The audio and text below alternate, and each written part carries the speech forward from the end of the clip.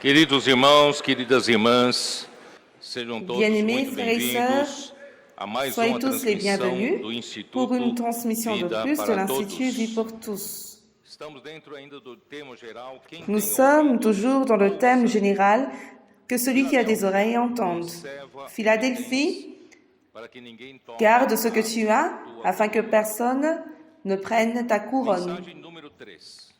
Message numéro 3. Cativeiro Les babilônico. raisons de la captivité babylonienne. Lecture biblique, Actes chapitre 7, versets 35 à 43 et 51 à 53.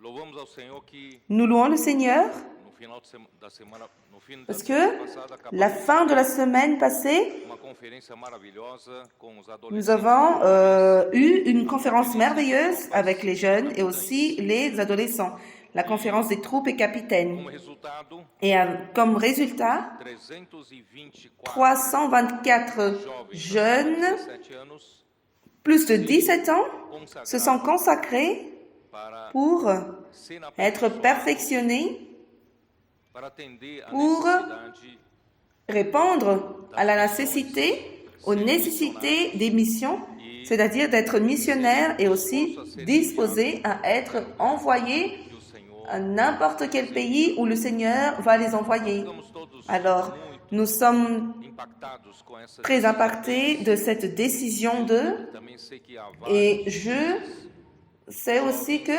plusieurs de ces adolescents qui deviendront des jeunes désirent aussi, après avoir fini leurs études, ils vont consacrer un moment pour faire le CPEV et être perfectionnés pour travailler pour le Seigneur dans la prédication de l'Évangile du Royaume. e Parce que le temps d'aujourd'hui, hoje nous sommes proches de l'avènement du Seigneur.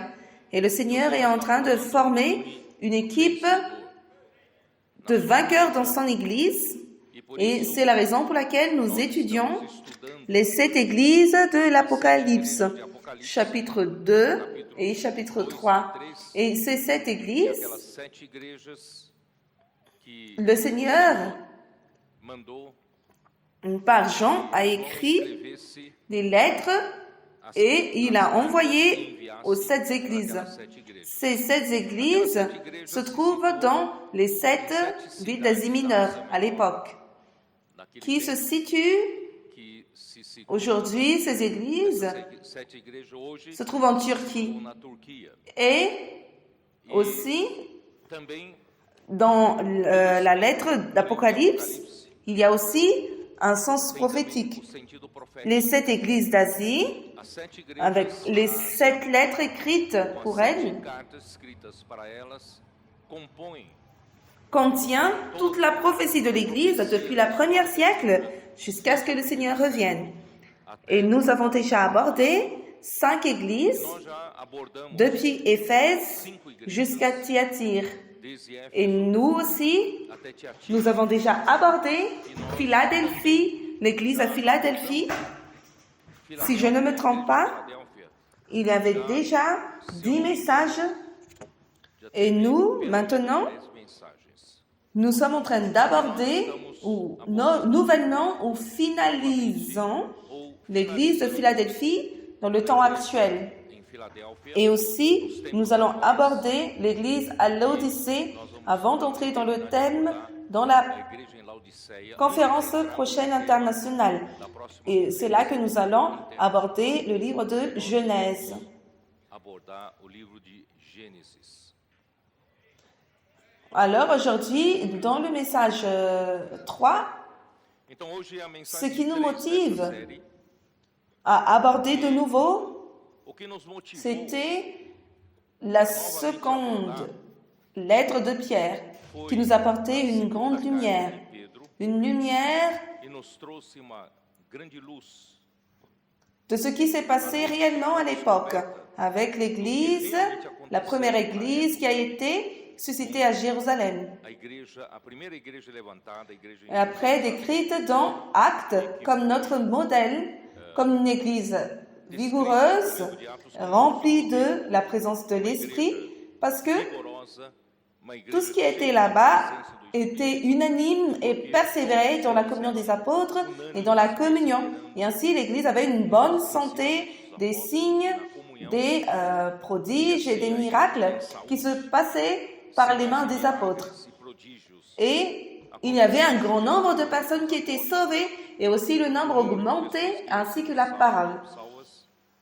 Mais il y avait quelque chose qui s'est passé afin que cette Église change de forme. Il n'y avait plus la seconde phase après Actes chapitre 15. Il n'y avait plus de description de cette vigueur au milieu de l'Église à Jérusalem. Et c'est ça ce que la seconde lettre de Pierre nous apporte. Elle nous apporte cette chose qu'on n'a pas découverte. Où est-ce que ce problème a commencé? Nous sommes ensemble dans cette marche pour découvrir quelle était la cause du problème et quel est le diagnostic de l'infirmité qui s'est passé au milieu de l'Église. Ce qui est médecin, c'est que si nous avons un patient malade qui présente plusieurs symptômes, divers symptômes, que ce soit des douleurs, des fièvres et aussi manque d'appétit et n'arrive pas à décrire le diagnostic, ça peut amener le patient à mourir. Et l'Église, la première Église, l'Église primitive, était remplie de bonne santé et de vigueur, mais aussi avancée de l'Évangile.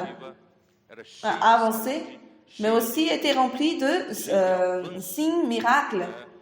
Et avancée très bien, même après que l'apôtre Paul est entré en scène, il y avait aussi un commencement merveilleux, un bon travail qu'il avait fait dans ses voyages. Il a suscité des églises dans des nations, mais à la fin de sa vie, dans 2 Timothée, il a décrit que toute l'Asie lui a abandonné. Et à la fin du siècle, à l'année 90, Jean a tenté de faire revenir l'Église à cette situation de bonne santé, à l'Église primitive. Et il a tenté de ramener l'Église pour donner l'attention à la parole de la vie qui est la vie éternelle. Et pour introduire de nouveau l'Église dans la communion avec l'apôtre, qui est aussi une communion qui est avec Dieu le Père et Jésus-Christ son Fils. Alors, la dégradation était déjà installée et le leadership de l'Église, dans le leadership de l'Église, il n'y avait que des personnes qui cherchaient de privilèges, positions et d'ambition dans l'œuvre du Seigneur. Et après, l'Église était entrée dans une dégradation au fond du puits, dans la fin de l'Église, à Thyatire, qui représente, à l'époque, l'Église romaine, l'Église catholique romaine. Et après, arrivé à la fin dans une situation déplorable. Et Dieu, il a dû restaurer à travers la réforme de l'Église à Sardes. Pourtant, cette réforme n'était pas complète. Il y avait un commencement, mais le commencement était fragile. Et Dieu, aujourd'hui, il a besoin de restaurer l'Église à Philadelphie afin qu'il puisse faire sa volonté. Et c'est ça, édifier l'Église et l'Évangile du royaume, prêché dans toute la terre habitée. C'est pour cela que le Seigneur a besoin de l'Église à Philadelphie. Mon objectif aujourd'hui dans ce message Troisième message, avec vous, faire une investigation de la cause de la maladie. Quel est le diagnostic de cette infirmité? Parce que les médecins savent que quand quelqu'un est malade, c'est nécessaire de savoir d'abord la cause et le diagnostic est tellement important. C'est pourquoi allons découvrir le diagnostic, allons regarder c'était quoi la cause principale de cette maladie que l'Église a eue. Alors le titre de ce message dit « Les raisons de la captivité babylonienne ». Et je ne sais pas si vous avez cette notion de l'histoire dans l'Ancien Testament, parce que le peuple d'Israël, il était tiré de l'Égypte par une main puissante, les mains puissantes de Dieu, et Dieu a amené ce peuple à la montagne de Sinaï. C'est dans Exode 19, Dieu dit à Moïse, et Moïse a transmis au peuple que, allons regarder, Exode 19,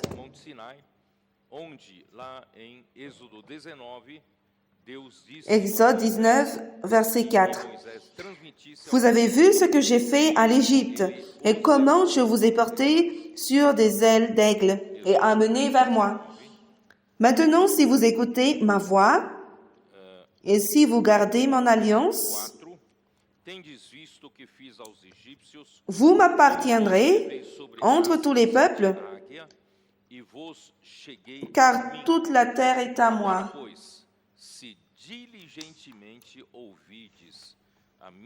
Vous serez pour moi un royaume de sacrificateurs et une nation sainte. Voilà les paroles que tu diras aux enfants d'Israël. Alors, ici, Dieu, il ouvre son cœur et montre ce que le peuple d'Israël qu'il a appelé pour être son peuple, il a choisi, et ce que le peuple devait faire pour prospérer et pour avoir des biens sur la terre. Il dit, si vous écoutez diligemment ma voix. Alors, notre devoir principal, mes frères, comme le peuple de Dieu, l'Église aujourd'hui, c'est le peuple de Dieu sur terre. Il doit écouter diligemment la parole du Seigneur et aussi écouter la voix du Seigneur. C'est quoi la voix? Ce n'est pas uniquement des commandements et des règles, mais Dieu, en plus de donner des commandements à son peuple, lui, il guide aussi son peuple à travers sa voix, à travers sa parole dite. Et c'est ce qui apporte la direction au peuple de Dieu. Et à notre tour, nous devons savoir de notre côté que nous avons la Bible. C'est la parole de Dieu, la parole écrite. Et nous avons aussi chaque jour ou chaque semaine, le Seigneur nous donne la parole qui vient de sa voix. Et nous avons joui de cette parole. Nous devons jouir de cette parole qui nous apporte une bonne santé et aussi la direction et aussi la voie de commandement. Et c'est ça ce que le peuple de Dieu devrait faire. Il n'y a pas plus de choses à faire à part cela, mais c'est laisser cette parole faire son œuvre.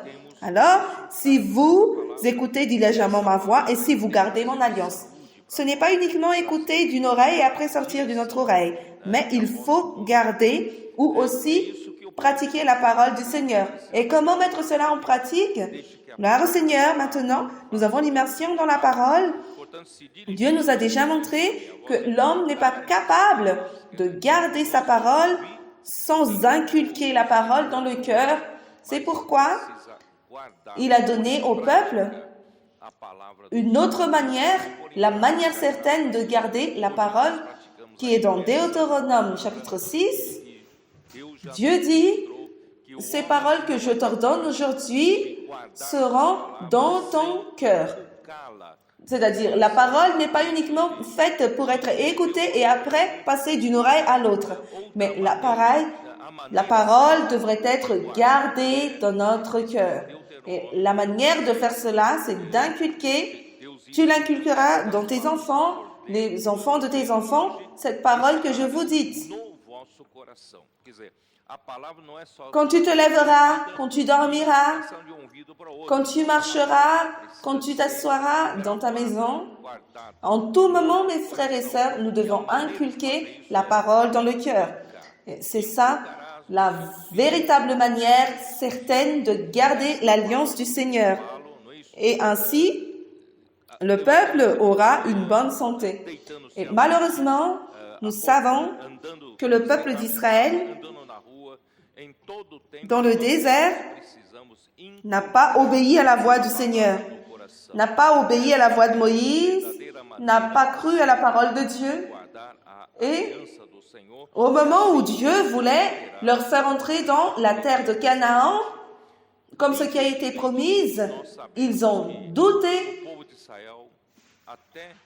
Et dans l'incrédulité, ils ont eu 10 espions qui a révolté le peuple dans leur incrédulité. Seulement, il n'y avait que Caleb et Josué qui ont dit « Allons entrer si le Seigneur nous a dit que nous allons posséder cette terre. » Mais tout le peuple s'est rebellé de la parole qui a été donnée par Dieu à Moïse. Et ce peuple est retourné au désert. Ce peuple aurait dû entrer dans la bonne terre de Canaan, mais à cause de l'incrédulité, ils étaient dans le désert pour 40 ans. Et ainsi, mes frères, cela montre la difficulté que le peuple de Dieu a d'écouter la parole de Dieu et de croire en la parole de Dieu et garder la parole de Dieu. Et après que Josué est entré dans la bonne terre, ils ont établi une nation. Et aussi, il y avait un royaume, il y avait le roi David. Ce royaume s'est répandu et ce peuple, au fil des années, il y avait une division, il y avait le royaume du nord, Israël, et le royaume du sud, c'est Juda.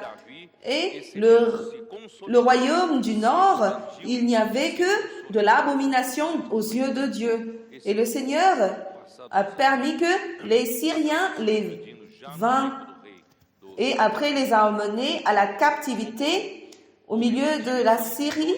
Et après cela, le roi de Juda aussi, il a suivi ce mauvais chemin et après n'a pas écouté la voix du Seigneur, la voix des prophètes.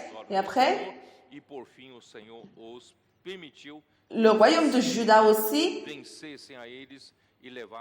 a été captivité par le roi Nebuchadnezzar de Babylone.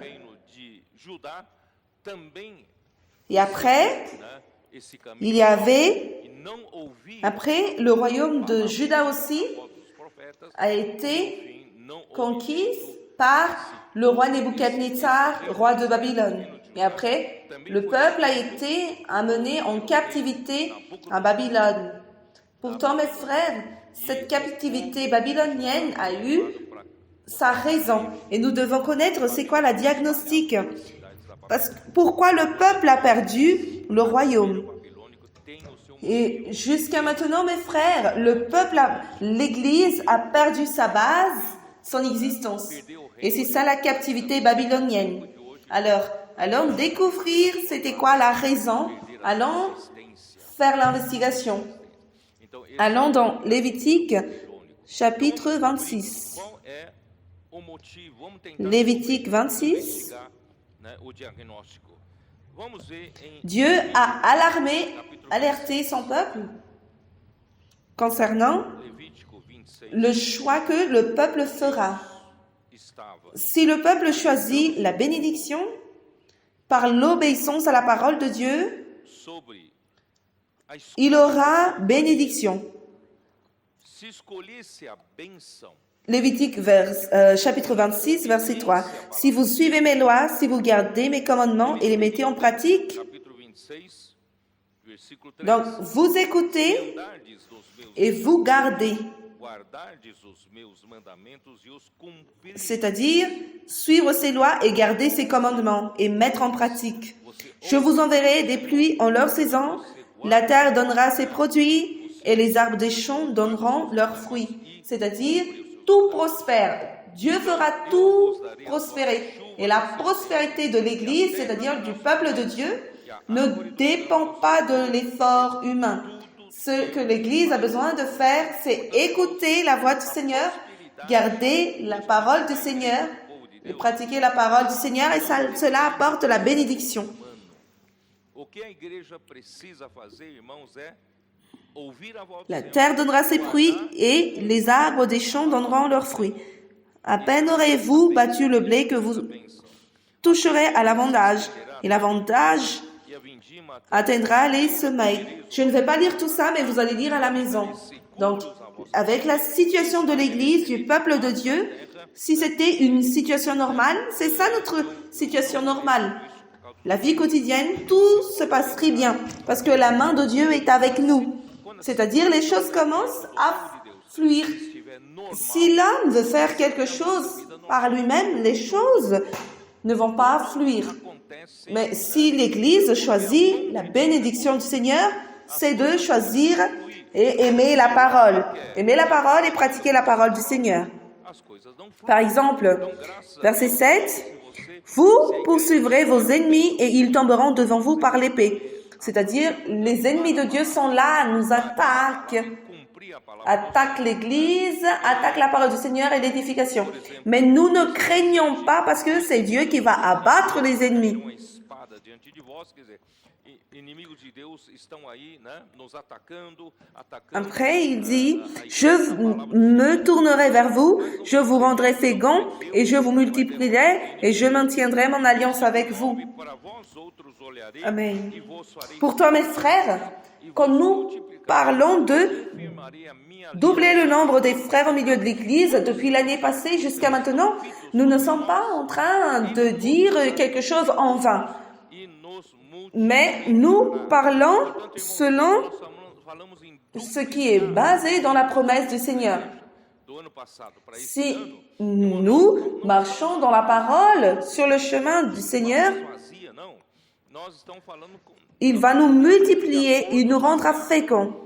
no, Gloire au Seigneur, ici à Sao Paulo, hier, il y avait une réunion des intendants se nós avec les adolescents nos caminhos da palavra do Senhor, o Senhor vai qui téléphonent, les frères et sœurs qui font le colportage, qui font les liens et voient. Et nous voyons que la main du Seigneur est là-bas, entendente est là. Même avec les difficultés, fizeram missão família, la main du Seigneur est avec nous et avec l'Église. Et les choses fluent. fazer comportagem, quer dizer, então você vê que a Les personnes sont gagnées. Cela signifie que l'Église est féconde et se multiplie. Et tout cela, c'est le résultat de notre obéissance à la parole. coisas fluem, Et le contraire se trouve dans le verset 14. as pessoas são, né, esse Mais ne pas écouter la parole du Seigneur nous apporte fecunda e está se multiplicando. la punition du Seigneur. Resultado de nós Il dit verset 14, mais si vous ne m'écoutez point et ne mettez point en pratique tous ces commandements, a desobediência si vous méprisez mes lois de Deus, et si votre âme en a horreur mes ordonnances, né, dos en sorte que vous ne pratiquez point tous mes commandements et que vous rompiez mon alliance, voici alors ce que je vous ferai. J'enverrai sur vous la terreur, la consomption et la fièvre, qui rendront vos yeux languissants et votre âme souffrante. Est-ce que vous avez déjà vécu ça, vu ça? a minha aliança C'est pourquoi j'ai demandé aux adolescents et aux jeunes une fois. J'ai dit, vous pouvez voir la conférence merveilleuse, mais c'est quoi la fin de la conférence? Je vais voir à la fin de la conférence si vos yeux brillent, parce que les yeux qui brillent, ça représente une bonne santé et aussi la vigueur. Donc nous devons avoir les yeux qui brillent, parce que si les yeux perdent sa brillance, vous n'êtes pas en bonne santé. se você está Verset 18. Si malgré cela, vous ne m'écoutez point, je vous châtierai cette fois plus pour vos péchés. Je briserai l'orgueil de votre force. C'est pourquoi, mes frères et sœurs, ce n'est pas par notre propre force que nous faisons l'œuvre de Dieu, non pas par notre capacité. Mais si nous pensons que nous sommes forts, le Seigneur va briser notre force. Je rendrai votre ciel comme du fer et votre terre comme de l'airain. 21. Si vous résistez et ne voulez point m'écouter, je vous frapperai 7 fois plus selon vos péchés. Verset 23. Malgré tout cela, si ces châtiments ne vous corrigent point, et si vous me résistez, donc il faut revenir au Seigneur. Revenir au Seigneur, c'est écouter sa voix. Je vous résisterai aussi et je vous frapperai 7 fois plus pour vos péchés. Seigneur Jésus, je ne vais plus même continuer à lire. Regardez verset 27. Si malgré cela, vous ne m'écoutez point, et si vous me résistez, je vous résisterai aussi avec fureur et je vous châtierai 7 fois plus pour vos péchés. Alors, vous mangerez la chair de vos fils et vous mangerez la chair de vos filles. Donc,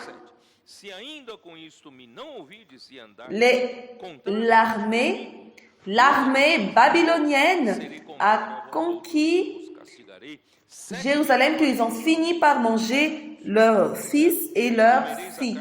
Donc, c'est devenu comme des malédictions. Seigneur Jésus. 33. Je vous disperserai parmi les nations et je vous tirerai le pays après vous. Votre pays sera dévasté et vos villes seront désertes. Alors, c'est ça le résultat de la captivité babylonienne. L'Église est devenue, à la fin du compte, un désert. Et grâce à Dieu, le Seigneur n'a pas abandonné, mais le Seigneur commence à restaurer. Et c'est ce que je voudrais vous dire. Alors, maintenant, allons dans Actes chapitre 7. Les paroles que Stéphane, Étienne,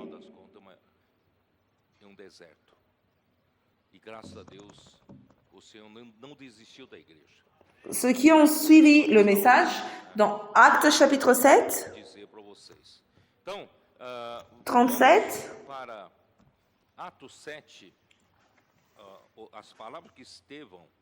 j'ai déjà dit que je trouve que nous devons donner beaucoup de valeur à Actes chapitre 7. Parce que les paroles que Étienne, il a dit, il y a beaucoup de contenu que je voudrais même parler des détails de ce chapitre. Mais Étienne, il voulait dire, il a dit tout ce qu'il a dit parce que il était prêt d'être lapidé et condamné à mort parce que il y avait une fausse accusation contre lui que il avait dit mal ou aussi il contre les lois de Moïse et aussi contre ce qui est écrit dans le verset 3. Et dans le verset 11, il survint une famine.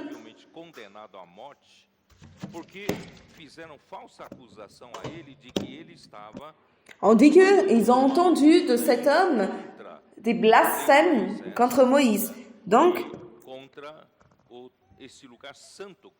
le peuple, à l'époque de Jésus, quand Jésus était sur terre, donnait d'honneur à Moïse, comme quelqu'un qui était venu de Dieu à honorer. Mais ils n'ont pas vraiment honoré. C'était juste de la bouche. Mais ce même Moïse que Dieu a envoyé, dans le verset 37, c'est ce Moïse qui dit aux fils d'Israël, « Dieu vous suscitera d'entre vos frères un prophète comme moi. » Un prophète comme moi. C'est lui qui, ce Moïse, lors de l'assemblée au désert, étant avec l'ange qui lui parlait sur la montagne de Sinaï, et avec nos pères reçut des oracles vivants. Regardez, c'est très très important, parce que Moïse recevait des oracles vivants, des paroles vivantes de Dieu pour donner. Alors, Moïse Ce que Moïse transmettait au peuple de Dieu, c'était les paroles vivantes de Dieu. C'est la raison pour laquelle les prophètes ne sont pas des théologues pour apprendre la théologie au peuple. Mais un prophète est fait pour transmettre les oracles vivants de Dieu, les paroles vivantes de Dieu. Mais 39. Nos pères ne voulurent pas lui obéir.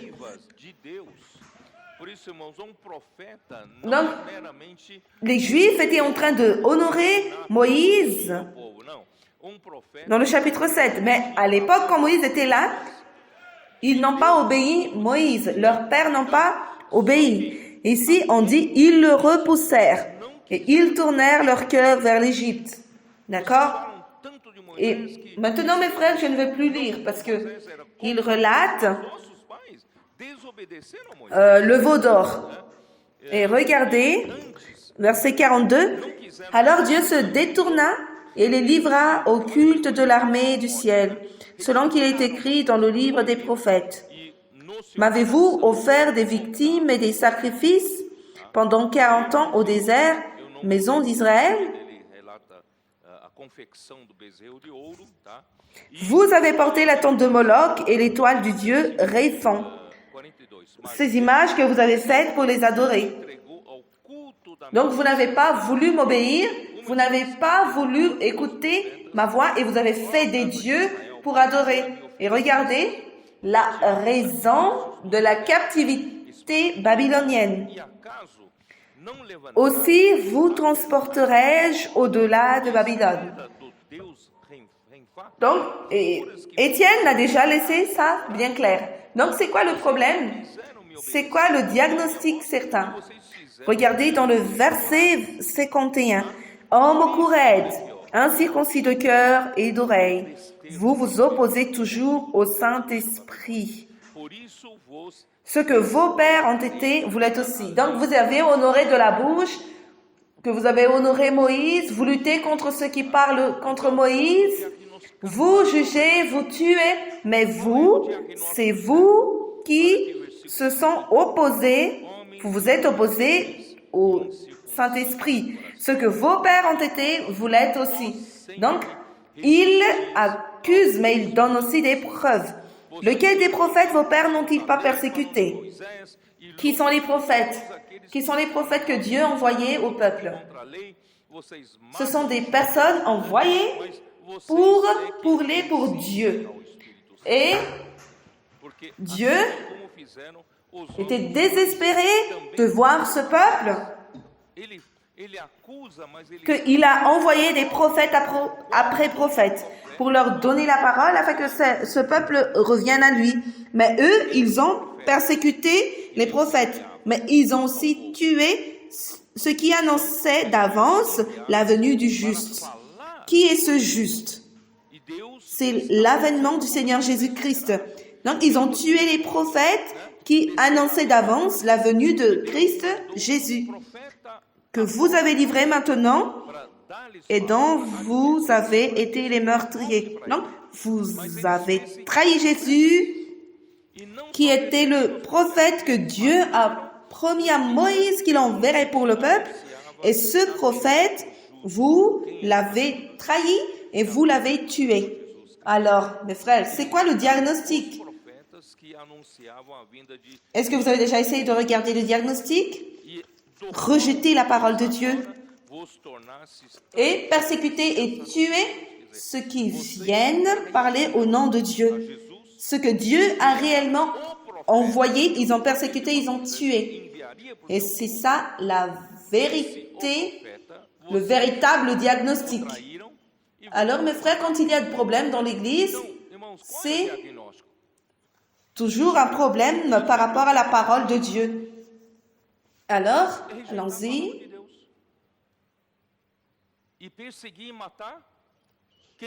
Allons dans le dernier chapitre de 2 Chroniques, ce qui nous montre la raison de la captivité babylonienne. Lisez à partir du verset 11. 2 Chroniques, chapitre 36, verset 11. Sédéchias avait 21 ans lorsqu'il devint roi et il régna 11 ans à Jérusalem. Nous allons lire 2 Chroniques, chapitre 36, verset 11.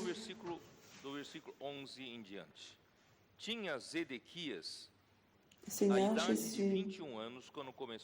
Il régna 11 ans à Jérusalem. Il fit ce qui est mal aux yeux de l'Éternel son Dieu, et il ne s'humilia point devant Jérémie le prophète qui lui parlait de la part de l'Éternel. Donc le roi, le leader principal du royaume de Juda, ne donnait pas attention, n'écoutez pas ce que disait le prophète qui lui parlait de la part de l'Éternel. Il se révolta même contre le roi Nebuchadnezzar, qu'il avait fait jurer par le nom de Dieu, et il raidit son cou et endurcit son cœur au point de ne pas retourner à l'Éternel, le Dieu d'Israël. Donc le problème est dans le cœur. Verset 14, tous les chefs des sacrificateurs et le peuple multiplièrent aussi les transgressions. Donc, la culpabilité ne venait pas uniquement du roi, mais aussi il y avait les chefs des sacrificateurs et aussi le peuple qui multipliait aussi leurs transgressions selon toutes les abominations des nations, et ils profanèrent la maison de l'Éternel qu'il avait sanctifiée à Jérusalem. Aujourd'hui, mes frères, cela représente la maison de Dieu, l'Église. L'Éternel, le Dieu de leur père, donna de bonnes heures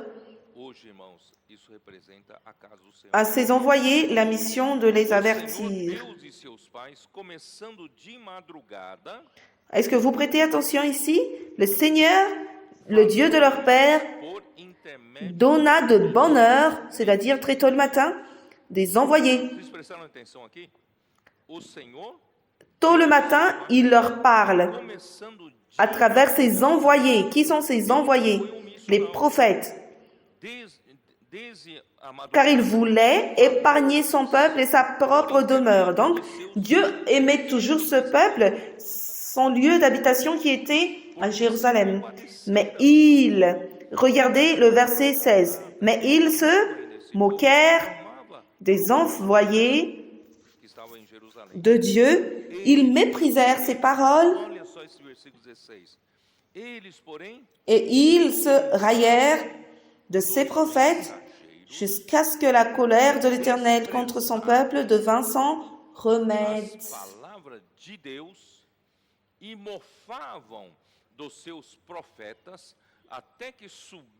Alors ils se moquèrent, ils méprisèrent, et on parle ici, se raillèrent de ses prophètes. Qu'est-ce que vous comprenez par rapport à ça? Que veut dire rayer les prophètes? Peut-être vous pouvez utiliser King James Version qui parle de ridiculiser les prophètes. Ça veut dire quoi? Ici, on commence à comprendre 2 Pierre.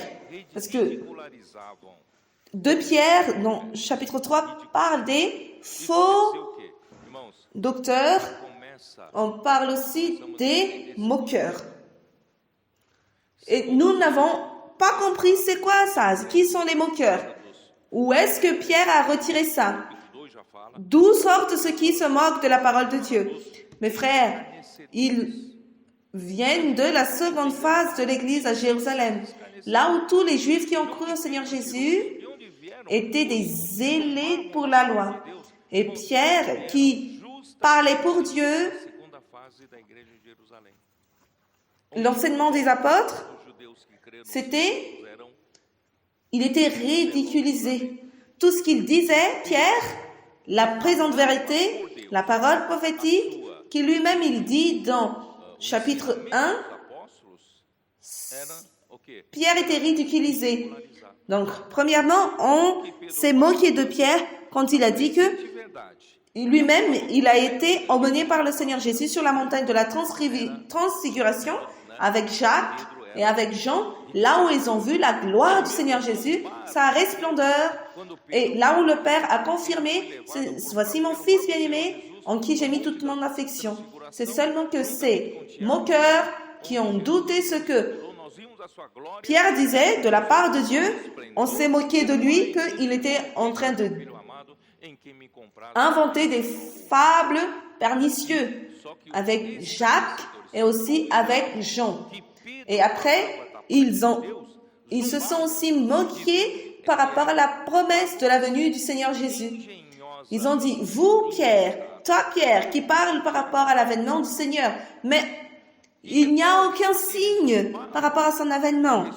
Mes frères, c'est là que se passent les choses. Quand vous ne donnez plus de la valeur à la parole que les prophètes disent de la part de Dieu, vous passez à vous moquer, à ridiculiser les prophètes et après mépriser aussi la parole prophétique. Mes frères, est-ce que vous comprenez que je suis en train de vous montrer les diagnostics? Et là, mes frères, c'est une maladie mortelle. Parce que l'Église est devenue malade. Et le peuple de Dieu est malade. En rejetant la parole des apôtres. Et après, qu'est-ce qui s'est passé? Il n'y avait plus dans verset 17. Alors l'Éternel fit monter contre eux le roi des Chaldéens. Et tua par l'épée leurs jeunes gens dans la maison de leur sanctuaire. Il n'épargna ni le jeune homme, ni la jeune fille, ni le vieillard, ni l'homme aux cheveux blancs. Il livra tout entre ses mains. Nebuchadnezzar emporta à Babylone tous les ustensiles de la maison de Dieu, grands et petits, les trésors de la maison de l'Éternel et les trésors du roi et ses chefs. Parce que, regardez, prêtez bien attention, je ne vais pas encore parler par rapport à cela, mais je vais commencer à parler de nouveau par rapport au mur de Jérusalem qui était tombé. Parce que ils brûlèrent la maison de Dieu et le palais royal aussi était brûlé et ils livrèrent au feu tous ces palais et détruisirent tous les objets précieux. Nebuchadnezzar emmena captif à Babylone ceux qui échappèrent à l'épée, et ils lui firent assujettis à lui et à ses fils, jusqu'à la domination du royaume de Perse. 21. Afin que s'accomplisse la parole de l'Éternel prononcée par la bouche de Jérémie, jusqu'à ce que le peuple eût joui de ses sabbats, il se reposa tout le temps qu'il fut dévasté, jusqu'à l'accomplissement de 70 ans. 70 ans d'abandon de la maison de Dieu à Jérusalem. Donc, ici, c'est évident que la captivité babylonienne était causée à cause du peuple juif qui a abandonné la parole de Dieu, c'est-à-dire le gouvernement de Dieu. Alors, nous devons écouter la parole de Dieu afin que Dieu puisse nous gouverner, c'est ça ou non? Parce que dans le désert, chacun faisait ce qui prétend être bien. Mais dans un royaume, vous savez très bien qu'il y a un gouvernement. Et dans ce gouvernement, c'est Dieu qui gouverne et c'est lui qui commande. Pourtant, et quand vous tuez les prophètes de Dieu, les envoyés de Dieu, qui gouvernent, ce sont les hommes. Et après, quand c'est l'homme qui gouverne, il n'y a que le désastre. Ça amène à la captivité. Alors, ils ont abandonné le gouvernement de Dieu pour suivre leur propre chemin. Ils ont méprisé la parole de Dieu et ils se sont moqués de la parole du Seigneur à travers le prophète Jérémie. Et après, ils se rayèrent, c'est-à-dire se ridicularisèrent. Ils ont ridicularisé les prophètes.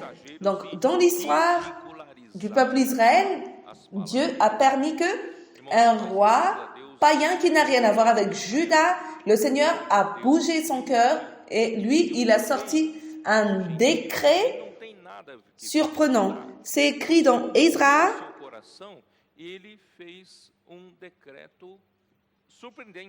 tá? Seigneur Aqui está em Jésus. Esdras, livro de Esdras, Ezra. capítulo 1.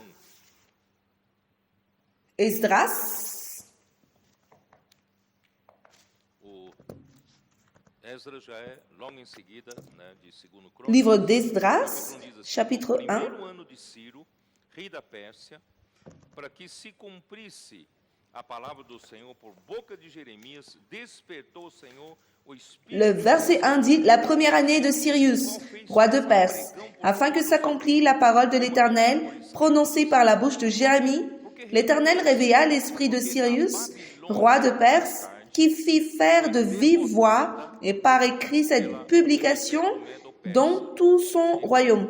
Pourquoi le roi de Perse? Parce que Babylone, après, E derrotou a a Babilônia. été E assim conquis par le roi de Perse. Et conquistou, Perse est devenu un empire et a détruit Babylone. ele conquistou, Et après, le roi Cyrus, ele fez decreto. Isso quand il a conquis la terre, o que moveu après qu'il a conquis la terre, Deus mesmo pode fazer. l'année Então, ele précédente, il a fait une publication. C'est Dieu qui a fait cela. Qu'est-ce qui a fait en sorte qu'il puisse écrire cette publication? C'est Dieu qui a fait cela. o Senhor Il n'a rien à voir avec Juda, mais il a dit, edificar uma casa ainsi parle Cyrus, roi de Perse.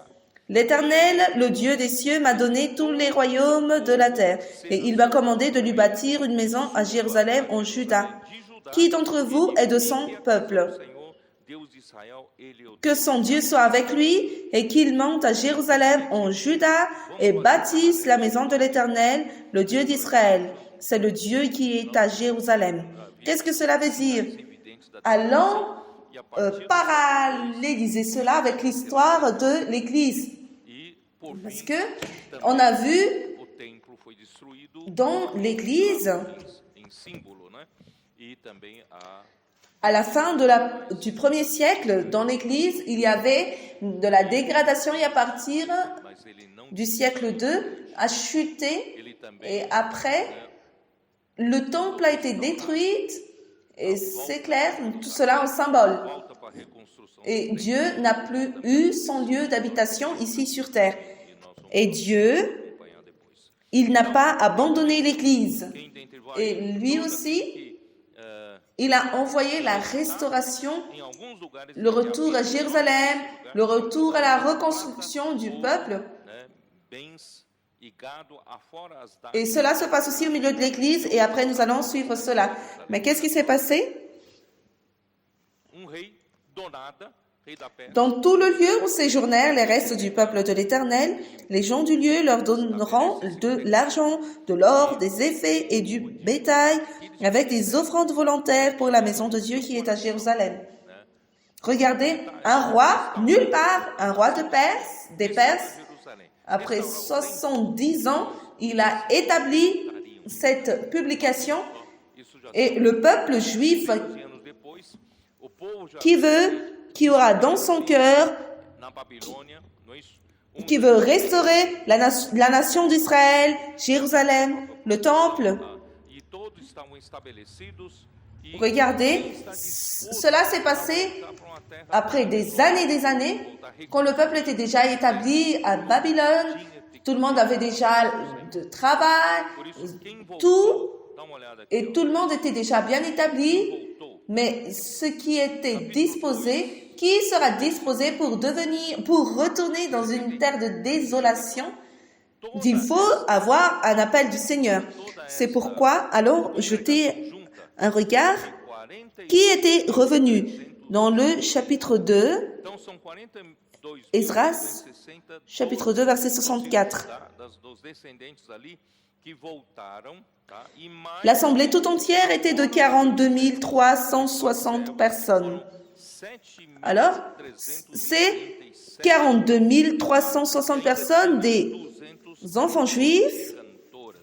sont retournés et qui aussi, sans compter leurs serviteurs et leurs servantes, au nombre de 7337. Pessoas que voltaram. Parmi eux se trouvaient 200 chantres et chanteuses. Ils avaient, donc, si on rassemble tout, ça donne Donc, si on rassemble tout, il y a au total 49 897. Si on rassemble tout encore, ça donne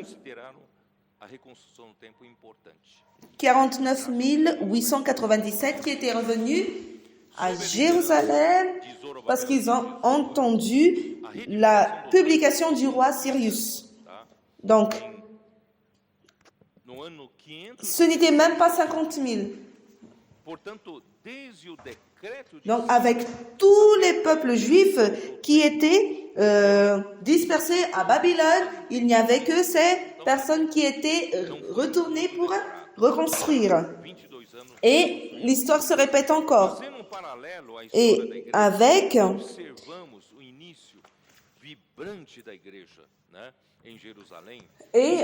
sous le leadership de Zorobabel et Josué, le temple a été reconstruit. Mais depuis, donc le temple a été reconstruit à l'année 516 avant Jésus-Christ. Pourtant, depuis la publication du roi Cyrus jusqu'à la conclusion du temple, il y avait 22 ans passés. Donc, il n'y avait pas vraiment de lenteur. Mais 22 ans pour construire le temple. Alors, si nous mettons en parallèle avec l'histoire de l'Église, nous observons à travers cela le nouveau commencement, le commencement de l'Église vivant de l'Église à Jérusalem. Allons revenir dans Actes. Allons rendre cela en parallèle avec l'histoire de l'Église. Acte 2, 42. Ils ont persévéré dans l'enseignement des apôtres, dans la communion fraternelle, dans la fraction du pain et dans les prières. Donc, dans chaque âme, il y avait de la crainte et beaucoup de prodiges et aussi des signes et des miracles étaient accomplis par les mains des prophètes, des apôtres. Excusez.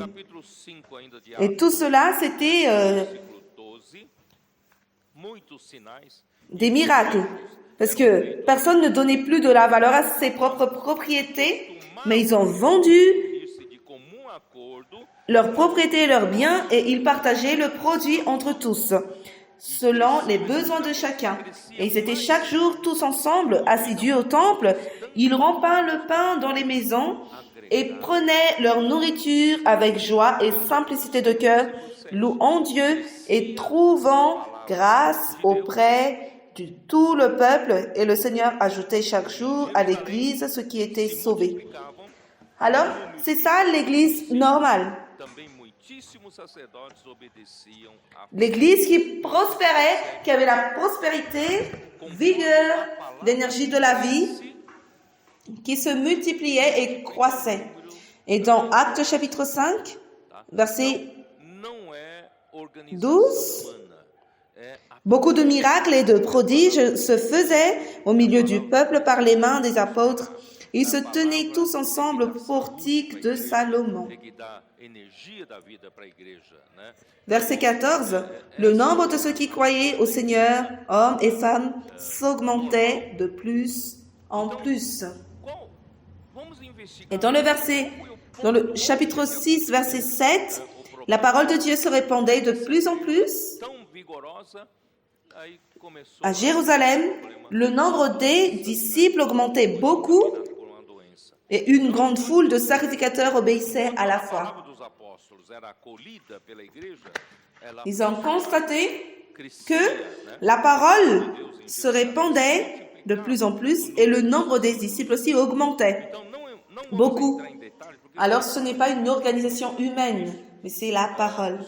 C'est la parole qui commande, c'est la parole qui fait l'Église prospérer, c'est l'Église qui reçoit une bonne santé grâce à la parole et qui reçoit aussi une bonne énergie, l'énergie de la vie. Et c'est ça la vie de l'Église, mes frères, la vie d'Église normale. Et alors, allons faire une investigation où le problème a commencé. Pourquoi cette église qui était vigoureuse a commencé à avoir des problèmes, une maladie, elle a été contaminée par une maladie. Et pendant que la parole, tant que la parole des apôtres est reçue par l'Église, la parole se répandait et le nombre des disciples augmentait beaucoup. Maintenant, nous n'allons plus entrer en détail dans cela, j'ai beaucoup parlé par rapport à ça, mais il y avait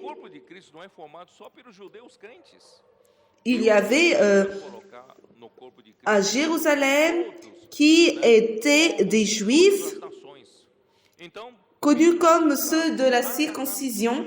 Et quand Pierre était revenu, cette histoire, j'ai beaucoup raconté ça beaucoup de fois. Mais je vais parler rapidement. Le Seigneur a honoré l'apôtre Pierre et l'apôtre Pierre, c'était l'orateur principal de cette première phase de l'enseignement des apôtres. Et il a été utilisé pour ouvrir la porte de l'Église, pour le corps de Christ également, à l'Église les Juifs. Parce que au temps de la Pentecôte, il n'y avait que les Juifs qui étaient là pour former le corps de Christ. Mais le corps de Christ n'est pas uniquement formé par les Juifs croyants. Mais Dieu aussi, il veut mettre dans le corps de Christ tous les peuples de toutes nations.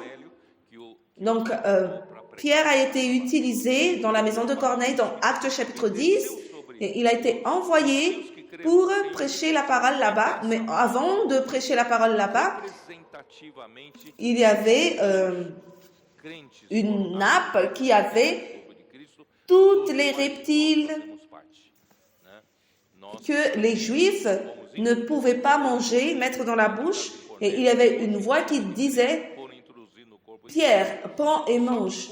Et Pierre a dit « Rien d'impur n'était entré dans ma bouche, je ne vais pas manger ça ».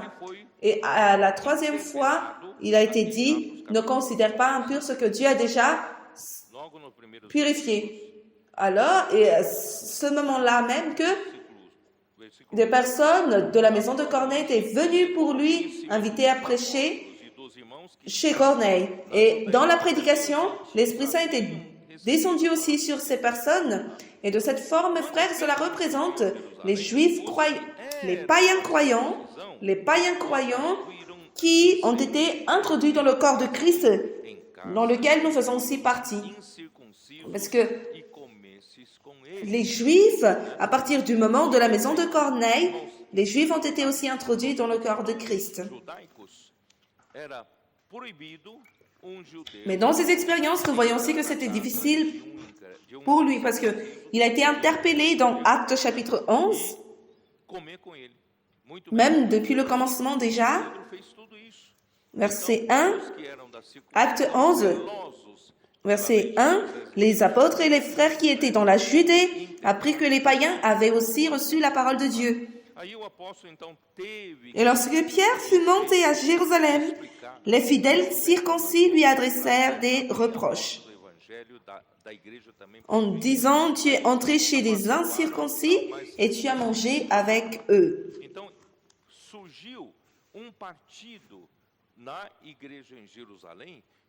Qu'est-ce que cela veut dire, mes frères? Dans la coutume juive, c'est interdit aux Juifs d'entrer dans les maisons des incirconcis, c'est-à-dire des non-Juifs, et aussi manger avec eux. Et Pierre a fait tout cela. Alors, ceux qui étaient de la circoncision zélaient la loi de Moïse, a interpellé l'apôtre. Et après, l'apôtre a dû dire et expliquer que c'était Dieu qui lui a envoyé à Joppé pour ouvrir aussi la porte pour les Juifs. Et là, il y a un problème. Alors, il y avait une partie qui a fait surface de l'Église à Jérusalem qui a défendu la continuité de la pratique de la loi de Moïse. Et là, nous commençons à comprendre et à faire un diagnostic.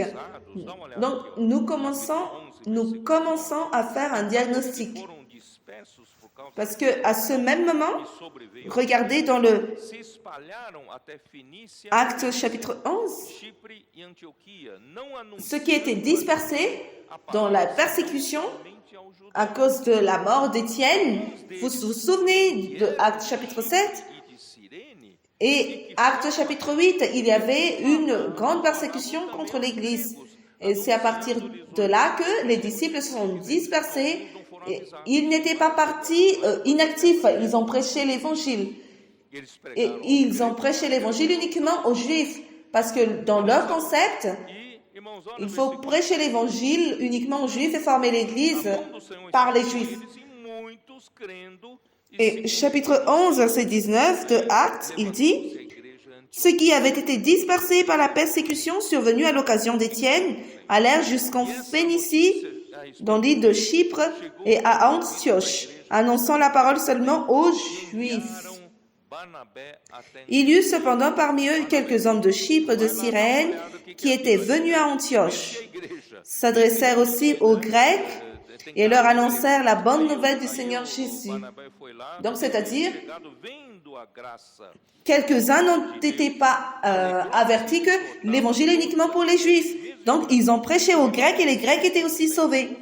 Alors, regardez le verset 21, mes frères. Aí, olha aqui, La main du Seigneur était avec eux et un grand nombre de personnes crurent et se convertirent au Seigneur. olha o versículo Donc, 25. ils ont suscité l'église d'Antioche, l'église des païens. Saulo Le bruit en parvint aux oreilles des membres de l'église à Jérusalem et ils envoyèrent Barnabas jusqu'à Antioche. se reuniram naquela igreja. Barnabas, Ensinaram jette un coup d'œil, regarde là-bas si l'église, il y a vraiment pela primeira vez, un visage d'église. irmão. Lorsque Barnabas fut arrivé et qu'il eut vu la grâce de Dieu, ils s'en réjouit et il les exhorta tous à rester d'un cœur ferme, attaché au Seigneur. C'est-à-dire, il a confirmé que c'est vraiment une église. Creram, Car c'était un homme de bien, plein d'Esprit Saint et de foi, et une foule assez nombreuse se joignit au Seigneur. a obra de Deus. Barnabas se rendit ensuite à Tars pour chercher Saul. Havia na igreja Antioquia Et l'ayant trouvé, il l'amena à Antioche. Simeão, por sobrenome Níger, Pendant toute une année, ils se réunirent aux assemblées de l'Église et ils enseignèrent beaucoup de personnes. o tetrarca e Saulo. Ce fut à Antioche que pour la première fois les disciples furent appelés chrétiens. Disse o Espírito D'accord? Santo, separai-me Et qu'est-ce qui agora s'est passé à partir de là? para a Paul et Barnabas tenho chamado. ont vécu une année la vie de l'Église à Antioche au milieu des païens qui ont cru Santo não et l'Esprit Saint falar para les a envoyés, Santo aqui.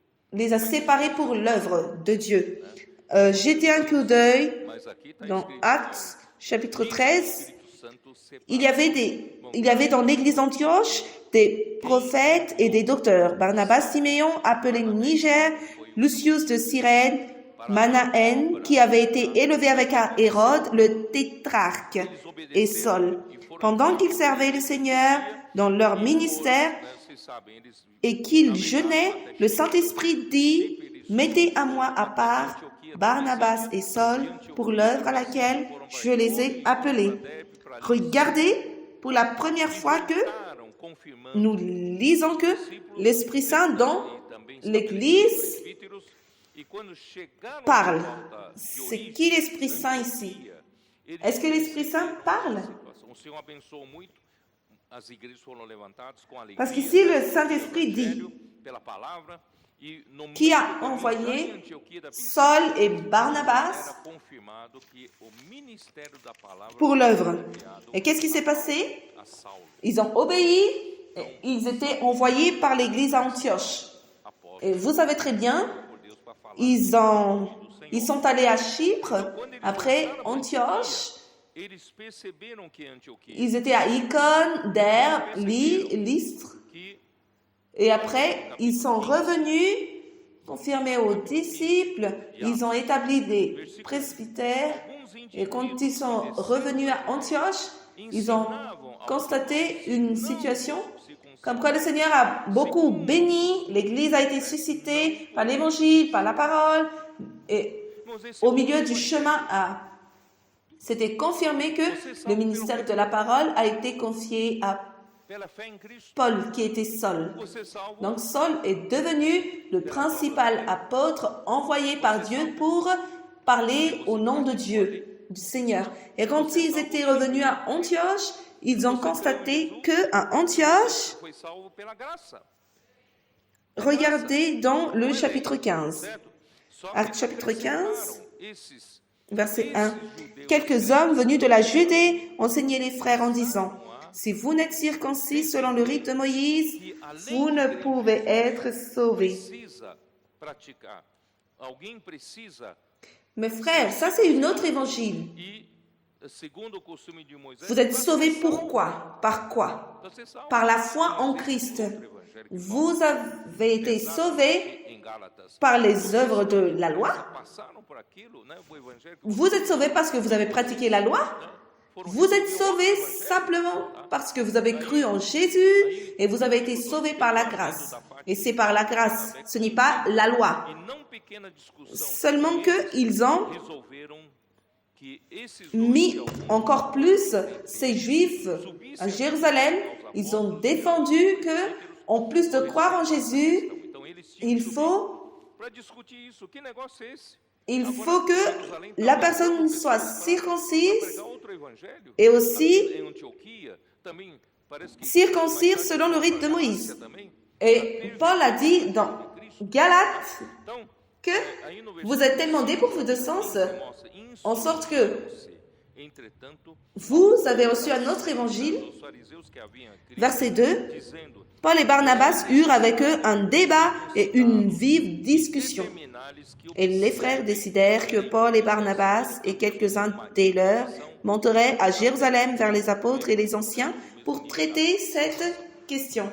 Donc, ils ont dû monter pour débattre cela. Donc, Jérusalem envoyait des personnes qui prêchaient une autre évangile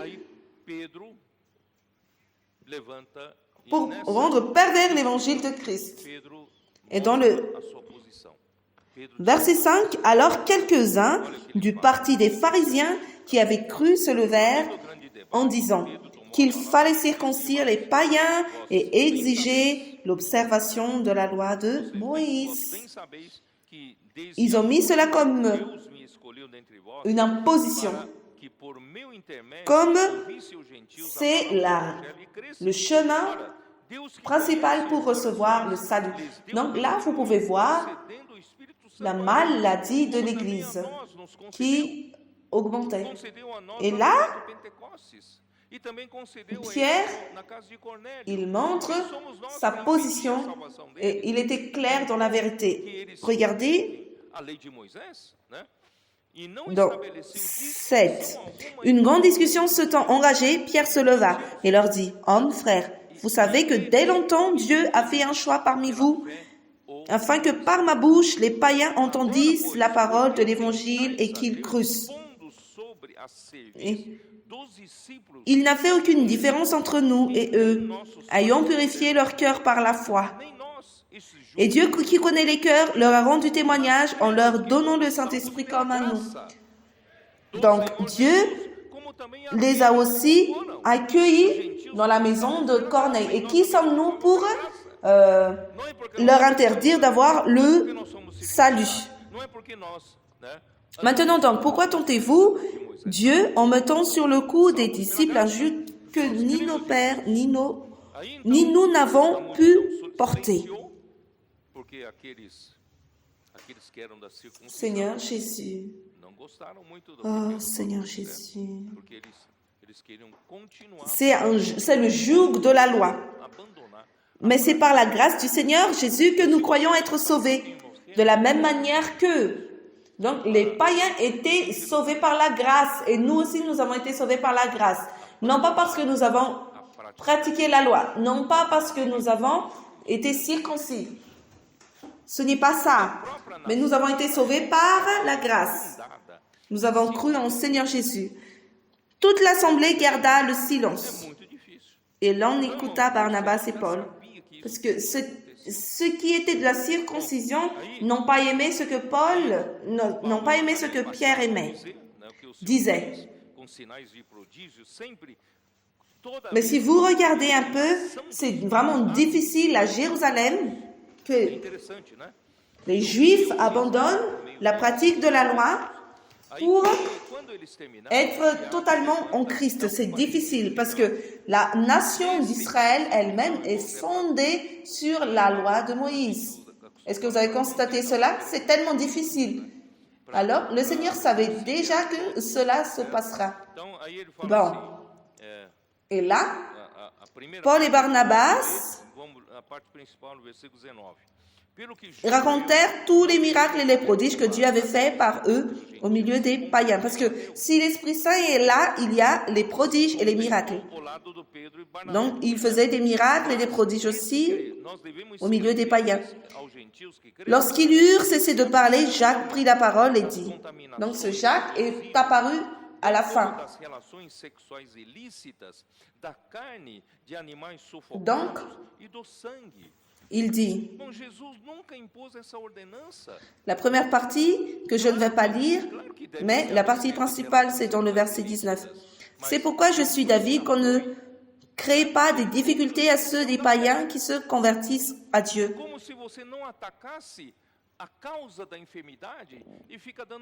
Mais qu'on leur écrive de s'abstenir des souillures des idoles, de l'impudicité, des animaux étouffés et du sang.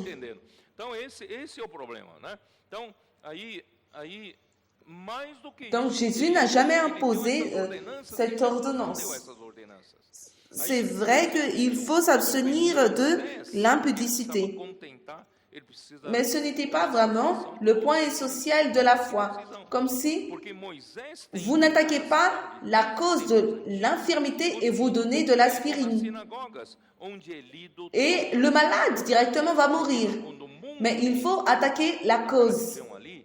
Est-ce que vous me comprenez? Je ne sais pas. Mais c'est ça le problème. Donc là, en plus de cela, ils ont donné cette ordonnance que Jésus n'a pas donnée. Dans le verset 21, car depuis bien des générations, parce qu'il voulait donner la joie à ceux des circoncis, Jacques.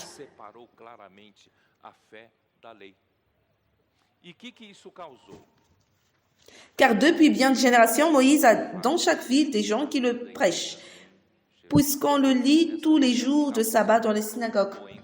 Et dans les synagogues, on prêchait Moïse tous les samedis. Ça veut dire quoi? Nous n'allons pas mettre la loi aux païens.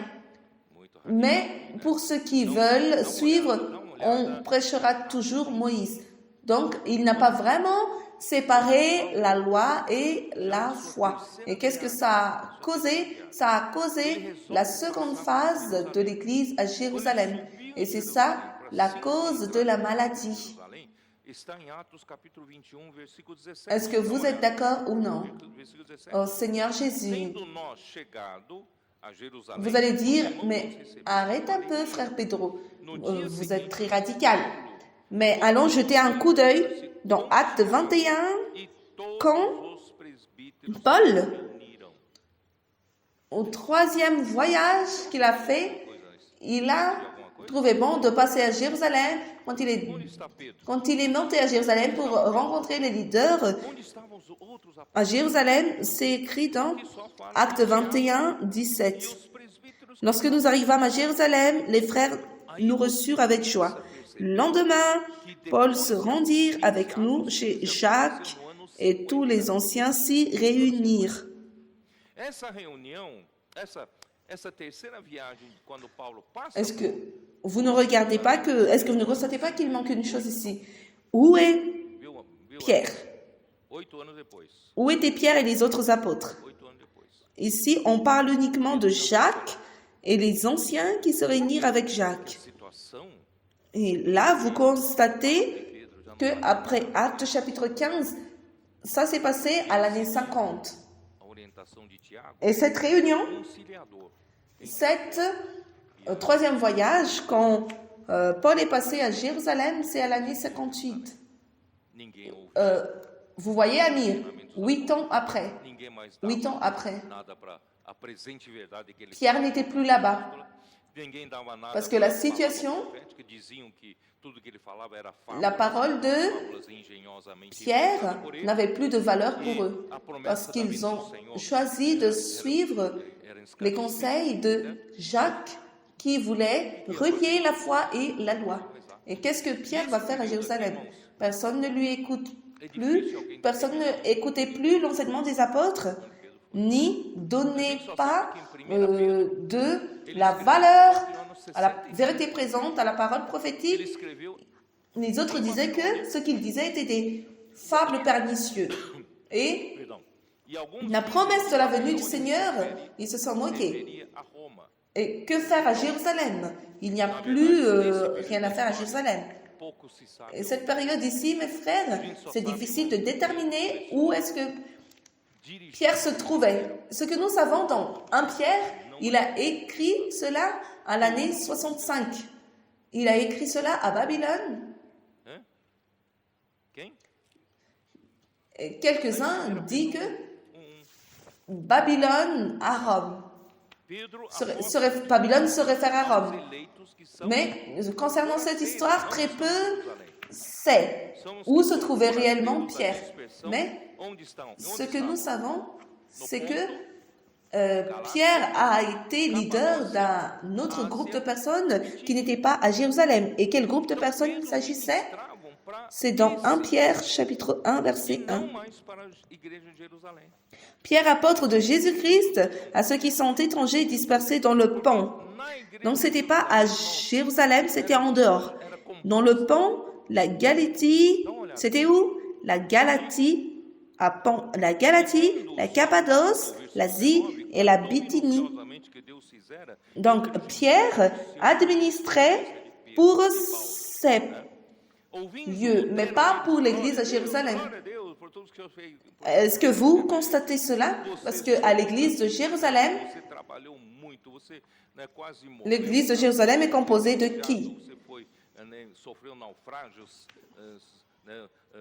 Verset 19. L'église à Jérusalem était composée de qui? Dans Actes 21, 19, après les avoir salués, il raconta en détail ce que Dieu avait fait au milieu des païens par son ministère. Donc, ils ont loué, ils ont dit, tu as failli mourir, tu as été lapidé, tu as souffert naufrage, tu as été flagellé. Mais c'est quoi le résultat de son travail dans ces églises? Et combien de personnes maintenant forment l'église? Peut-être que dans des lieux que Pierre, Paul a prêché l'évangile, il y avait 500 personnes, 120 personnes. Si on accumule, cela ne dépasse pas beaucoup de personnes. Mais regardez à Jérusalem, verset 20.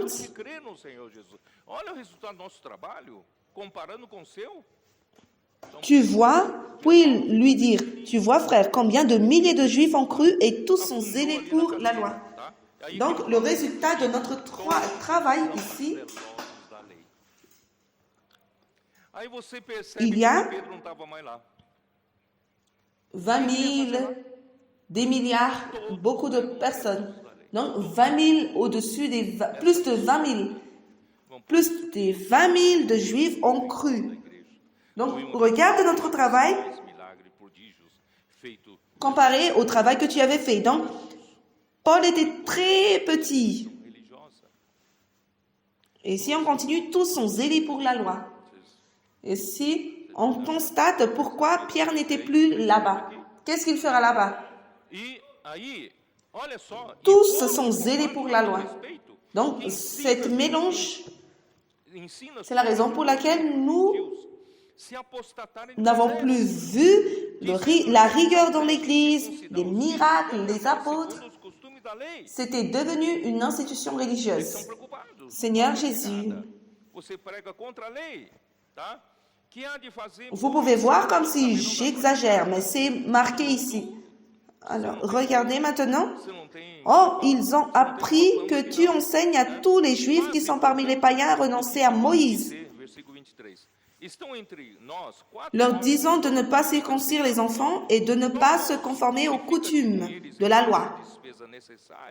Donc, ils étaient préoccupés avec l'avènement, la venue de Paul. Que faire donc? Sans aucun doute, la multitude se rassemblera, car on saura que tu es venu. Donc, tu n'as pas une bonne célébrité ici. Verset 23, c'est pourquoi, fais ce que nous allons te dire. Il y a parmi nous 4 hommes qui ont fait un vœu. Prends-les avec toi, purifie-toi avec eux et pourvois à leurs dépenses, afin qu'ils se rasent la tête, afin que tous sauront que ce qu'ils ont entendu dire sur ton compte est faux, mais que toi aussi, tu te conduis en observateur de la loi. Mon Dieu du ciel. À l'égard des païens qui ont cru, nous avons décidé et nous leur avons écrit qu'ils eussent à s'abstenir des viandes sacrifiées aux idoles. C'est ce qui a été écrit dans Actes chapitre 15. Nous leur avons écrit qu'ils eussent à s'abstenir des viandes sacrifiées aux idoles, du sang, des animaux étouffés et de l'impudicité. Donc, vous pouvez constater la cause de la dégradation, la cause de la maladie qui s'installait à l'Église, parce que c'est la seconde phase de l'Église. Ils ont vécu la deuxième phase de l'Église, ils ont amené une autre lignée de l'œuvre. Est-ce que vous voyez ça? Et cette autre ligne n'a rien à voir avec la lignée que Paul et Pierre avaient travaillée. Parce que la ligne que Pierre suivait, c'est la ligne de la grâce, de la foi et de l'esprit, l'opération des miracles. Mais la ligne ici, dans la deuxième phase de l'Église à Jérusalem, c'est la ligne de la loi, c'est-à-dire mélanger la loi et la foi. Et cela, mes frères, ce n'est pas une très petite chose, parce que ces personnes, plus de milliers, combien de milliers, des milliards, ont détruit l'œuvre de l'Esprit. Et ça, c'est quelque chose de sérieux. Seigneur Jésus,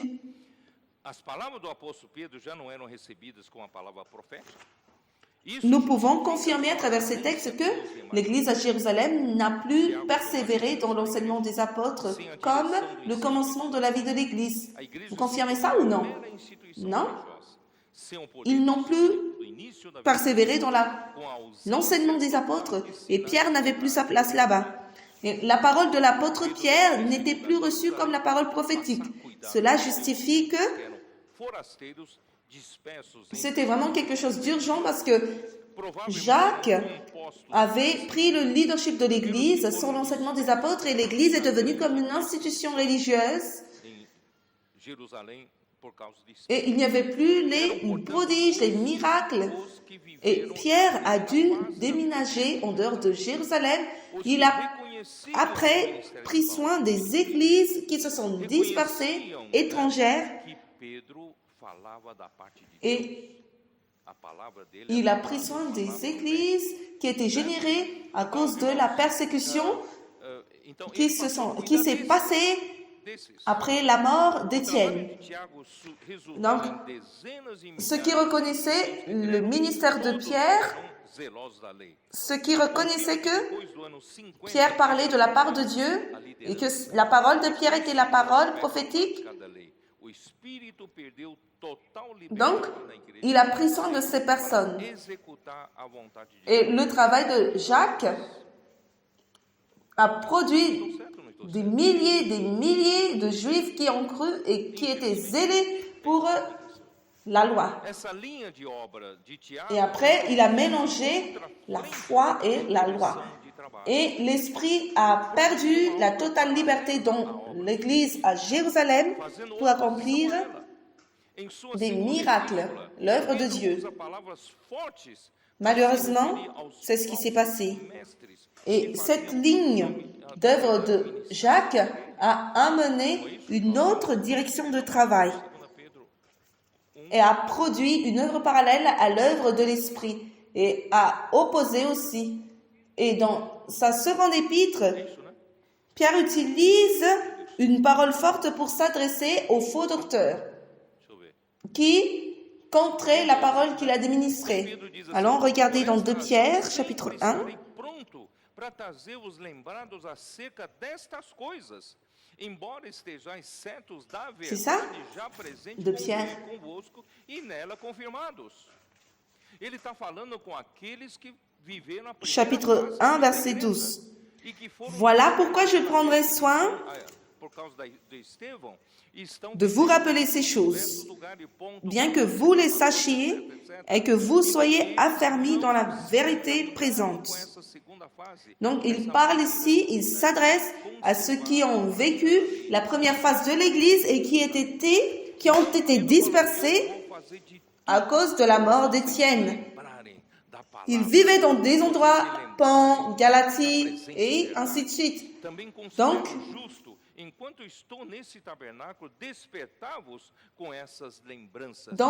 ils n'étaient pas contaminés par la pratique de la loi à Jérusalem. Donc, Pierre a dit, il prendrait soin de rappeler les paroles, la vérité présente. Et je regarde comme un devoir, aussi longtemps que je suis dans cette tente, de vous tenir en éveil par des avertissements. Donc, ce que je vais vous rappeler tous les jours, c'est que c'est la parole de Dieu qui fait l'œuvre de Dieu. Et pourquoi Pierre, il a dit cela?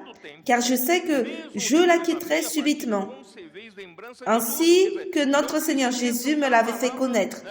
Donc, ça veut dire qu'il était déjà près de son départ. Mais j'aurai soin qu'après mon départ, vous puissiez toujours vous souvenir de ces choses. Même après son départ, il va rappeler. Donc, ça veut dire il ne faut pas oublier l'enseignement des apôtres. C'est ce qui va apporter la santé à l'Église. N'entre pas dans la ligne de la circoncision. Et maintenant, il parle dans le verset 17 que j'explique toujours, car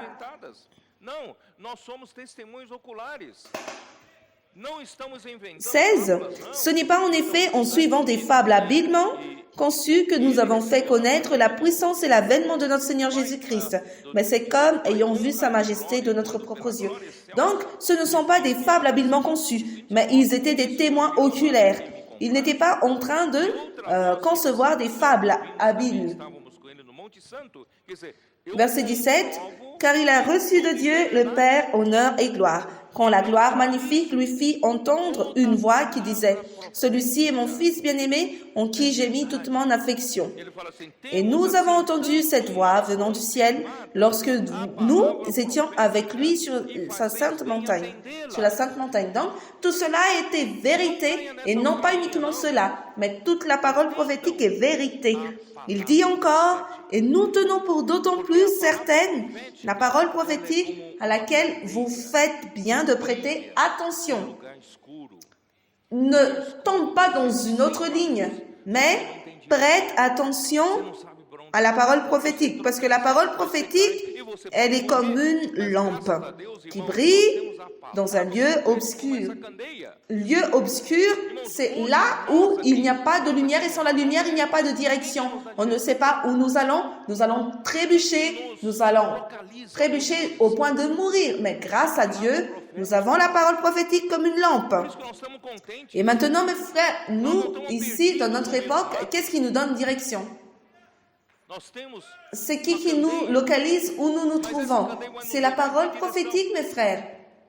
C'est pourquoi nous sommes très contents. Nous ne sommes pas perdus au milieu de nulle part. Nous avons une lampe. Mais c'est une lampe qui va nous amener à quelle direction? Ici, on dit que cette lampe qui brille, ça va nous amener au jour de l'avènement du Seigneur Jésus. C'est cette lampe qui va nous conduire jusqu'à ce que le jour vienne apparaître et que l'étoile du matin se lève dans nos cœurs. C'est pourquoi, ici on dit, sachons tout d'abord vous-même qu'aucune prophétie de l'Écriture ne peut être un objet d'interprétation particulière. C'est-à-dire, personne n'a inventé, mais les véritables prophètes ont parlé de la part de Dieu. Et ils n'ont pas leur droit de parler de leurs propres paroles. Mais c'est Dieu qui a mis la parole dans sa bouche et il ne parle que la parole que Dieu lui-même, il ordonne. C'est pourquoi, dans Deutéronome chapitre 18, il y a ça. Et ici, il a dit, 2 Pierre, chapitre 2, verset 1, « Il y eut parmi le peuple de faux prophètes, et il y aura de même parmi vous de faux docteurs, qui introduiront des sectes pernicieuses, et qui reniant le Maître qui les a rachetés, attirant sur eux une ruine soudaine. » Il est en train de parler de qui? Des faux prophètes, des faux docteurs. Qui sont ces faux docteurs? Qui sont ces faux prophètes? Ce sont qui s'opposent à lui. Et c'est pourquoi, mes frères, je voudrais parler un peu des moqueurs. Et dans le chapitre 3, verset 1 de 2 Pierre, voici déjà, bien-aimés, la seconde lettre que je vous écris. Dans l'une et dans l'autre, je cherche à éveiller par des avertissements votre saine intelligence. Pourquoi? Parce que je voudrais vous rappeler de l'enseignement que vous avez pratiqué et qui a amené la prospérité dans l'Église. C'est pourquoi continuez à suivre la parole prophétique. Et vous avez de saine intelligence. Vous n'avez pas été contaminé par cette direction qui a été donnée. Vous avez la foi, vous avez une saine intelligence. Afin que vous vous souveniez des choses annoncées d'avance par les saints prophètes et du commandement du Seigneur et Sauveur, enseigné par vos apôtres. Donc ici, il parle des apôtres dont il est le premier, avec les saints prophètes. Et ce sont eux que nous devons écouter. Sachons avant tout que dans les derniers jours, il viendra des moqueurs avec des railleries, marchant selon leurs propres convoitises.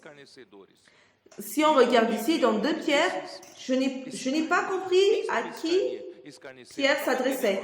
D'où apparaissent les moqueurs. Parce que les moqueurs, on n'a pas compris auparavant, mais maintenant on a compris. Parce que ici, on dit que Pierre ne disait plus pour Dieu. Mais la parole prophétique n'était plus avec Pierre. Et nous continuons à pratiquer, à mélanger la foi et la loi. Et regardez combien de milliers sont avec nous. Et ce sont là les moqueurs. Les moqueurs qui ont méprisé et aussi qui se sont moqués concernant la seconde venue de Christ. Dans le verset 4, en disant « Où est la promesse de son avènement? Car depuis que les pères sont morts, tout demeure comme dès le commencement de la création. » C'est-à-dire, ils étaient en train de lutter contre la parole prophétique. Et ces mêmes frères, ils se sont opposés à Paul à Galatie. Au point que Paul a dit, je suis déjà à la fin, je n'ai pas le temps de détailler, mais regardez Galates chapitre 4. Galates chapitre 4. Vous pouvez voir que ce dégât n'était pas uniquement avec le ministère de Pierre, mais aussi avec le ministère de Paul. Et Paul, qu'est-ce qu'il a dit aux Galates? Dans chapitre 4, verset 16. Verset 16. Qu'est-ce qu'il dit? Suis-je devenu votre ennemi en vous disant la vérité? En vous disant la vérité? Je ne fais que dire la vérité pour vous. Et maintenant, je suis devenu ennemi qui vous a contaminé. Ce qui... Le zèle qu'ils ont pour vous n'est pas pur, mais ils veulent vous détacher de nous, afin que vous soyez zélés pour eux. Et qui sont ces eux? Qui sont-ils? Qui sont ceux qui veulent isoler les Galatiens de la parole de Paul, qui les a fascinés, qui les influence. Parce que le zèle des Galates soit en leur faveur et non plus pour écouter la parole de Paul.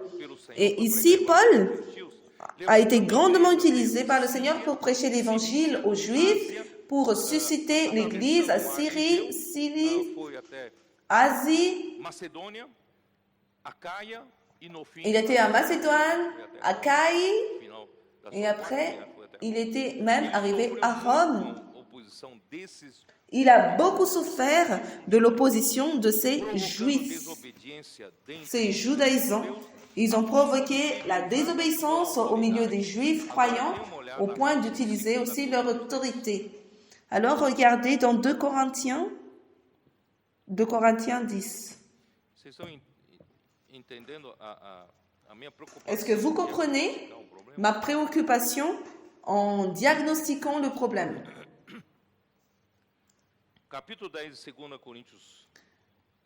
2 Corinthiens chapitre 10, verset 1.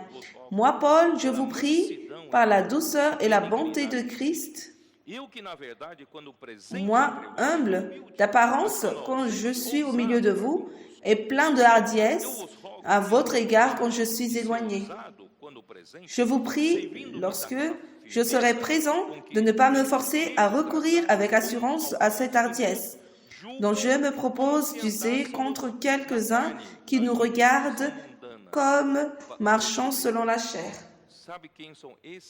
Qui sont-ils? Ce sont des judaïsants qui se sont opposés à Paul à Corinthe. Si nous marchons dans la chair, nous ne combattons pas selon la chair, car les armes avec lesquelles nous combattons ne sont pas charnelles, mais elles sont puissantes par la vertu de Dieu pour renverser des forteresses.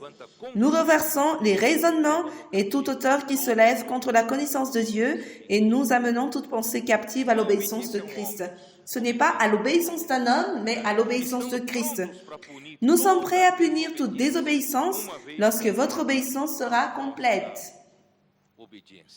Votre soumission. Vous regardez à l'apparence. Si quelqu'un se persuade qu'il est de Christ, qu'il se dise bien en lui-même que comme il est de Christ, nous aussi nous sommes de Christ. Qui a dit cela? Ce sont les oppositeurs. Parce que si je me glorifie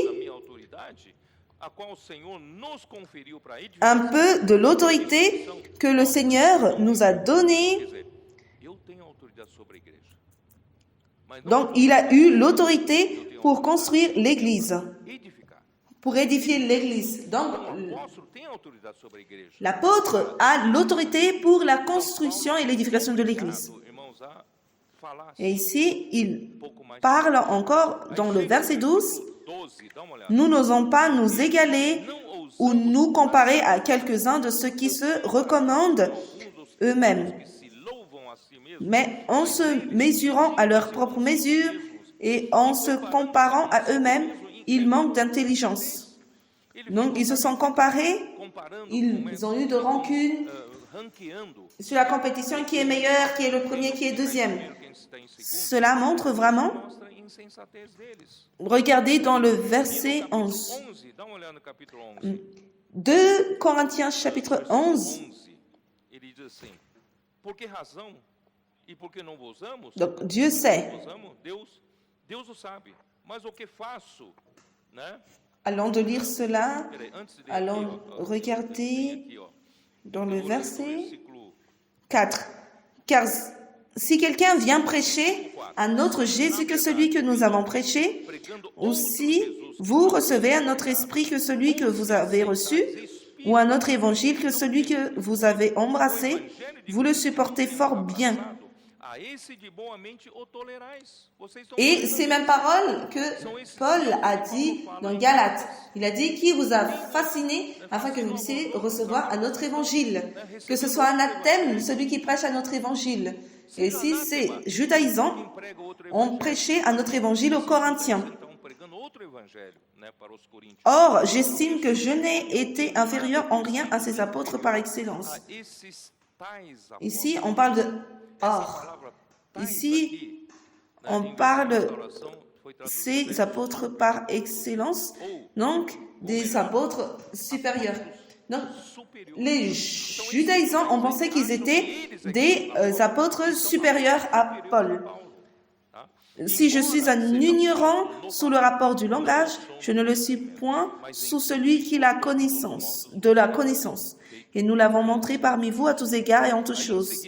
Donc, ici, on parle aussi qu'il n'a pas reçu, il n'a pas reçu de salaire, il n'était salarié de personne. Et je voudrais regarder le verset 12.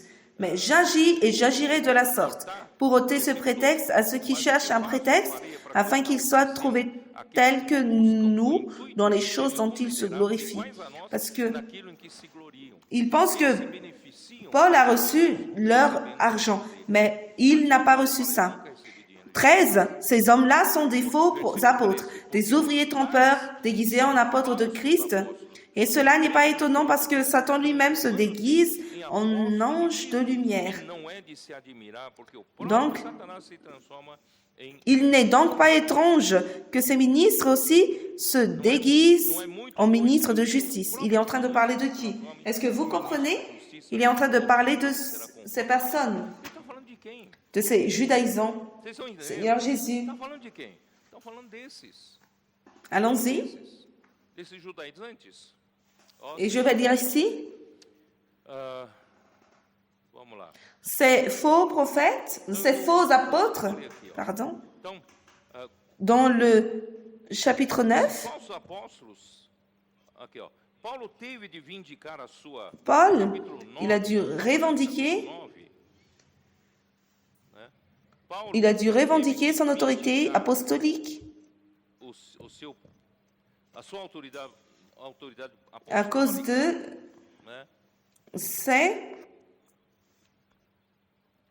Je vais dire ici que ces faux apôtres, dans le chapitre 9, Paul, il a dû revendiquer son autorité apostolique.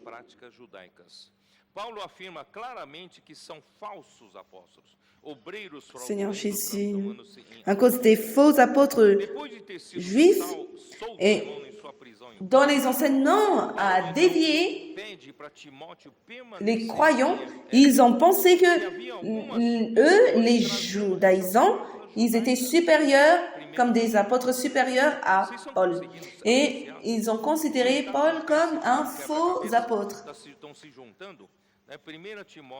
Et après qu'il était sorti de la prison à Rome, Paul a demandé à Timothée de rester à Éphèse et d'interdire à des personnes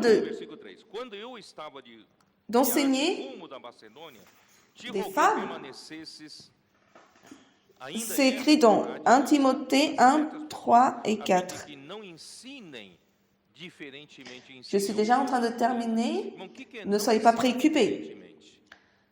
1 Timothée 1, 3 à 4. Je te rappelle l'exhortation que je te fis à mon départ pour la Macédoine, lorsque je t'engageais à rester à Éphèse, afin de recommander à certaines personnes de ne pas enseigner d'autres doctrines et de ne pas s'attacher à des fables et à des généalogies sans fin. C'est quoi enseigner d'autres doctrines? C'est-à-dire enseigner de l'enseignement qui n'est pas l'enseignement des apôtres. Parce que les apôtres ont amené une parole vivante venant du Seigneur. Ce ne sont pas leurs propres paroles. Alors, cela ne vient pas, il ne convient pas qu'il y ait des compétitions par rapport à cette parole. Et de ne pas s'attacher à des fables et à des généalogies sans fin. C'est quoi les fables? Les fables sont des fables judaïques. Ce sont des fables rabbiniques, des généalogies, des passés. Ils se sont passés comme ça. Il s'est passé ceci, il s'est passé cela. Donc, au point que ce soit vérité, mais cela n'édifie pas.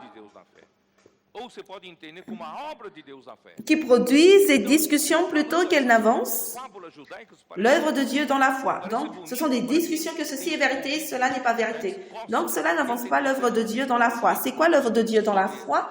Ici, la parole originale, c'est l'économie, c'est-à-dire l'œuvre de Dieu dans la foi. Donc, en entendant ces fables judaïques, comme si c'est merveilleux d'écouter pour les gens qui n'ont plus les oreilles, que pour écouter ces fables du passé, pourtant cela ne produit pas l'œuvre de Dieu dans la foi. Pourtant, nous sommes ici sur terre pour faire l'œuvre de Dieu et pour que la volonté de Dieu soit faite sur terre. Et cela, donc, 1 Timothée a été écrit à l'année 64-65. Et 2 ans après, à l'année 67, c'était la dernière lettre de Paul à Timothée. Et qu'est-ce qui s'est passé avec l'œuvre d'opposition? On va lire 1 Timothée 2,15. Le verset parle que toute l'Asie m'a abandonné. Il était toujours là pour parler de l'œuvre de Dieu. Et dans 2 Timothée 1,15, il dit que toute l'Asie l'a abandonné. C'est ça le résultat de son œuvre, l'opposition des Juifs. Ne pensez pas que cela c'est quelque chose de petit, mais c'est l'attaque de Satan contre qui parle la parole. Ceux qui parlent de l'enseignement des apôtres qui apportent la bonne santé à l'Église. Et à la fin de l'année 60, Jean a été suscité pour conduire l'Église à nouveau à l'enseignement des apôtres. La parole de la vie qui était l'unique parole qui conduit à la vie éternelle. Et ceux qui reçoivent cette parole de l'apôtre Jean a été introduit dans la communion avec lui. Mais la communion avec lui, c'est la communion avec Dieu le Père et Jésus-Christ, son Fils. C'est-à-dire la communion de l'Église. Alors, le leader de l'Église, à la fin du 1er siècle, ont aussi rejeté la parole de Jean. Ils n'ont pas reçu les missionnaires que Jean a envoyés pour amener cette parole.